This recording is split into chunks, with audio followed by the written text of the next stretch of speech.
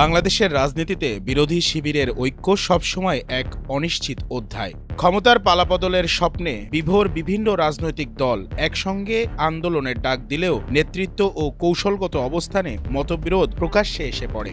সাম্প্রতিক সময়ে চট্টগ্রামের উত্তর সাতকানিয়ার কালিয়াইশ গ্রামে আয়োজিত এক মানবিক সহায়তা প্রদান অনুষ্ঠানে বিএনপির জ্যেষ্ঠ যুগ্ম মহাসচিব রুহুল কবির রিজভীর বক্তব্যে সেই অনিশ্চয়তাকেই নতুন মাত্রা দিয়েছে। রিজভী অভিযোগ করেছেন, জাতীয় নাগরিক পার্টির মুখ্য সংগঠক নাসির উদ্দিন পাটোয়ারির কণ্ঠে তিনি শুনেছেন শেখ হাসিনার মতো কর্তৃত্ববাদী সুর। তার ভাষায়, আপনার বক্তব্যে সেই টোন যেটি আরেকটি কর্তৃত্ববাদী শাসনের ইঙ্গিত দেয়। এই বক্তব্য কেবল ব্যক্তিগত সমালোচনা নয়, বরং বিরোধী শিবিরের অভ্যন্তরে আস্থাহীনতা, সন্দেহ ও নেতৃত্বের প্রতিযোগিতার প্রতিফলন। ওয়ালটন এখন দেশের সীমানা পেরিয়ে পৌঁছে গিয়েছে 50টিরও বেশি দেশে।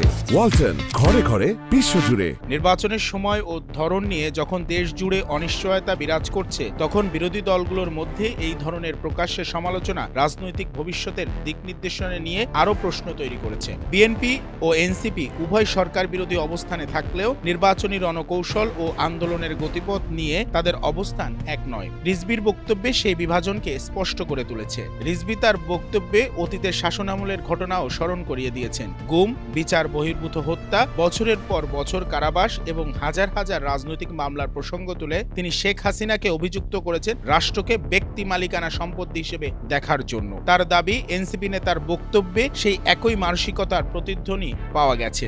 রাজনৈতিক বিশ্লেষকদের মতে এই ধরনের বক্তব্য বিরোধী শিবিরে ঐক্যের সম্ভাবনাকে দুর্বল করে দিতে পারে। সরকার বিরোধী আন্দোলনের জন্য যেখানে সর্বাধিক প্রয়োজন ঐক্যবদ্ধ অবস্থান, সেখানে প্রকাশ্যে সমালোচনা বিভাজনের ঝুঁকি বাড়ায়।